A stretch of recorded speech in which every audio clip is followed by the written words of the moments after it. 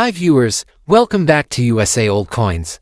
As you know, this is the channel where we research old US coins and the very coins that have already made collectors thousands, even hundreds of thousands of dollars. And today, I've brought you one of those coins, the 1969 1 dime. Before we start the video, if you're new to the channel, make sure to subscribe.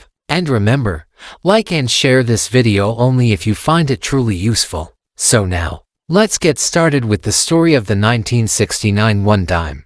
The 1969 1 dime holds a special place in the history of American coinage. It is not just a small 10-cent coin, but a piece with a long story behind it. The coin features the image of President Franklin D. Roosevelt, who led the United States during World War II. Roosevelt not only guided the nation through the difficult years of the war but also made major decisions to overcome the economic crisis. His New Deal program is still remembered as one of the greatest examples of reform in U.S. history. After Roosevelt's death in 1946, the American people and government decided to honor him with a special coin. That is how Roosevelt's portrait was placed on the dime. Another reason for this design was his close connection with the March of Dimes campaign, which raised funds to fight polio in children. Putting his face on the dime was therefore a symbolic and meaningful decision.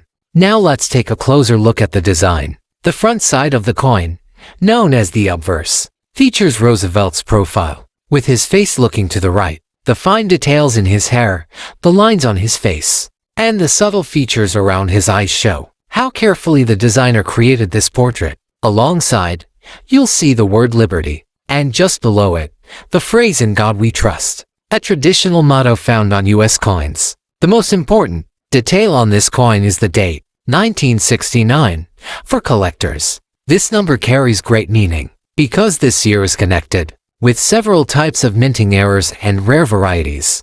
Now let's move to the back side of the coin, known as the reverse. Here you'll see a torch, which stands as a symbol of liberty and enlightenment. On each side of the torch, there is a branch. To the left is an olive branch, representing peace, and to the right is an oak branch, symbolizing strength and courage. Below these elements is the inscription "A pluribus unum," which means out of many, one. This phrase represents the unity of the United States and its states, coming together as one nation.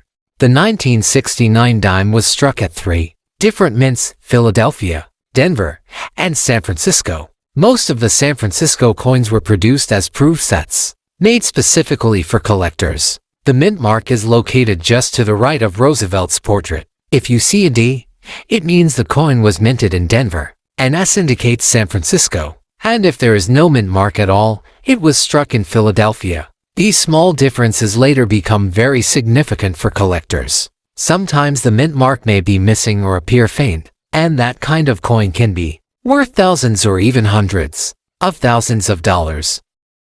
The 1969 dime was originally minted for everyday use, but in the world of coin collecting, the real excitement always lies in errors and rare varieties. These are the details that can turn an ordinary dime into a true treasure. Let's start with the double die error. This happens when the design is struck twice with a slight shift, causing the date, letters, or motto to appear doubled. For collectors, this is one of the most valuable errors. If you come across a 1969 dime where the word liberty or the phrase "In God We Trust" shows even the slightest doubling, you may be holding a rare treasure. Next is the off-center strike. Sometimes during minting, the design doesn't land in the correct position. As a result, Roosevelt's portrait or the torch may look shifted to one side, and in some cases, part of the design might even be missing. These coins are highly prized, because every off-center strike is unique, no two are ever exactly the same. Another well-known error involves the mint mark.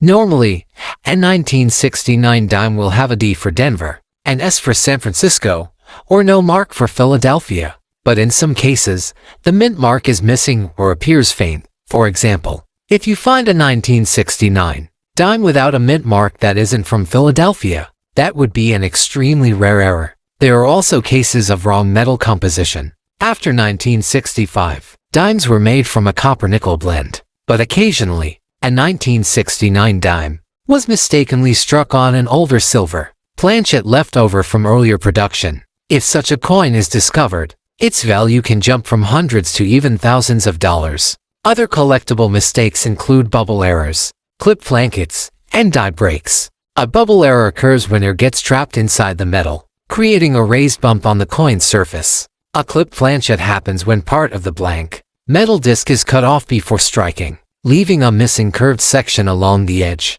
Die breaks, often called cut breaks, appear as raised lines or cracks across the coin, giving it a distinctive, one-of-a-kind look. Among all 1969 dimes, the most famous is the 1969S double die obverse. This variety is so rare that, in top condition, it can sell for hundreds of thousands of dollars. At auction, some examples have brought well over $200,000.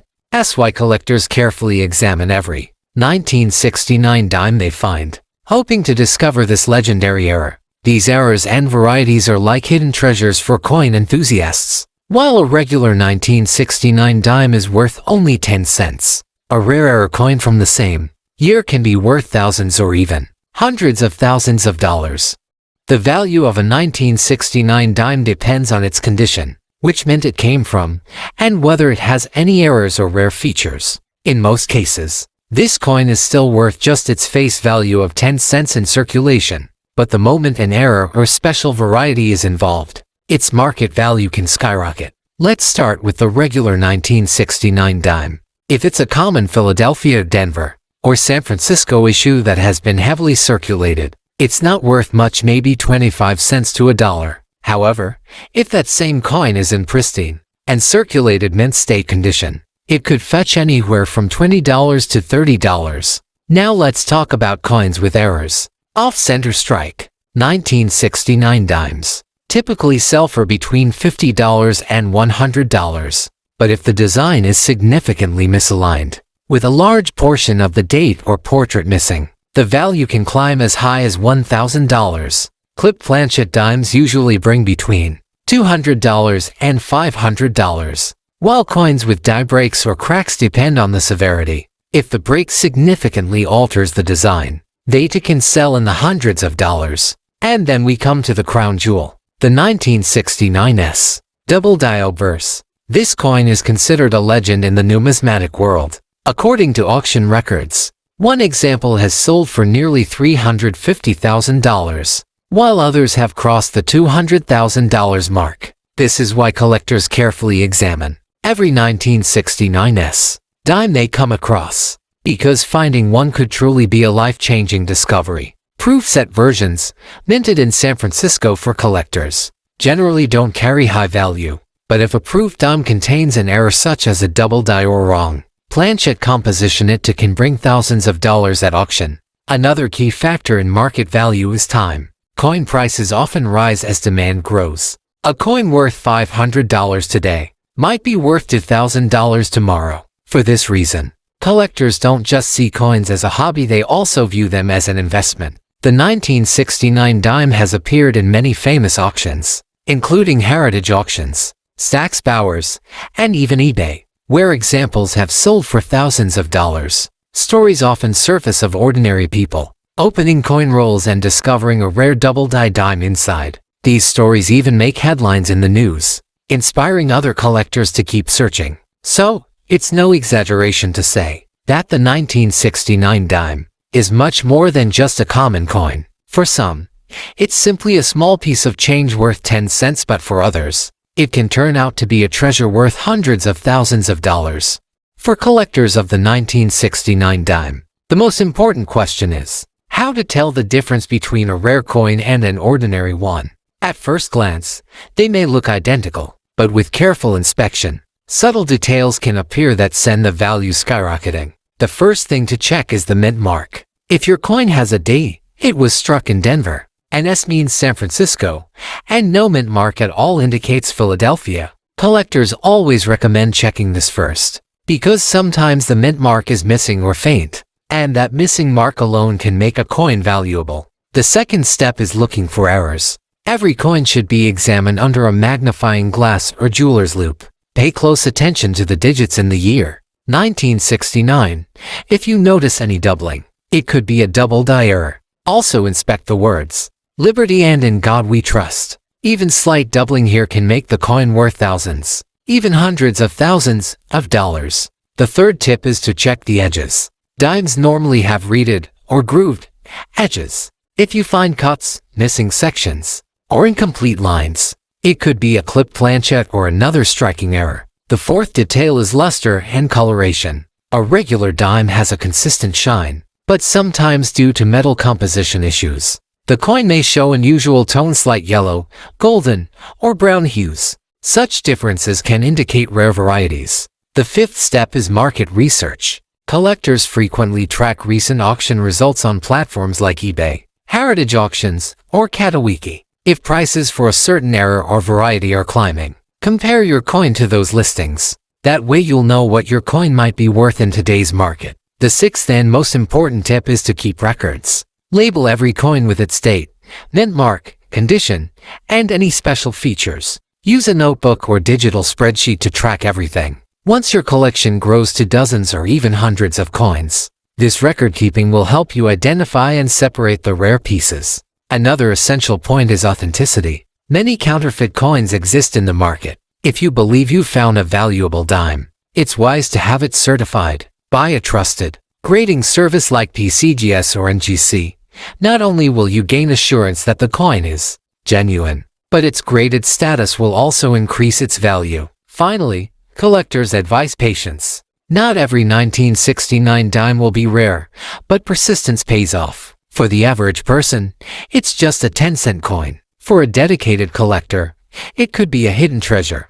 For a collector, simply finding a rare coin is not the ultimate success. The real achievement is being able to preserve that coin in top condition for years to come. A coin's value depends not only on its rarity but also on its condition. A rare coin with scratches or marks can lose half or even more of its potential value. The first and most basic rule is never handle coins with bare hands. Human skin naturally carries oils, sweat, and dirt that can leave permanent stains on the coin's surface. Once a stain appears, it cannot be removed, and the coin is permanently damaged. That's why collectors always use cotton gloves, or at the very least, handle coins only by their edges to keep the surface protected. The second rule: never clean or polish a coin. Many beginners think polishing will make a coin more valuable, but the truth is the opposite. Cleaning damages the coin's original surface, and experienced collectors can immediately tell when a coin has been tampered with. The result is a sharp drop in value.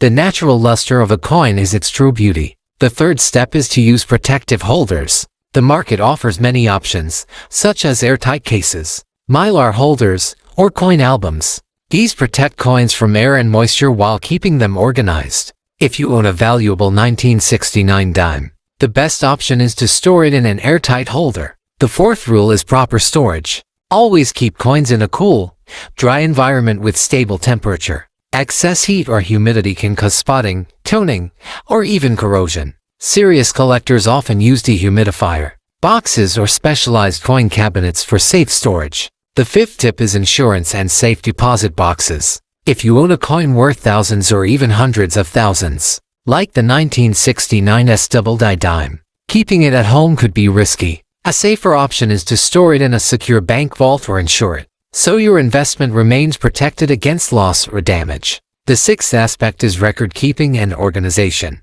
Label each coin with its date, mint mark, purchase source, and current market value. You can use specialized coin albums, folders, or even digital software to maintain these records. Once your collection grows into dozens or hundreds of coins, this documentation will add both order and value to your collection. Remember, in the collecting world it is often said, finding a rare coin is easy. Preserving it in original condition is the real success. The collectors who safeguard their coins properly are the ones who reap the greatest rewards in the long run.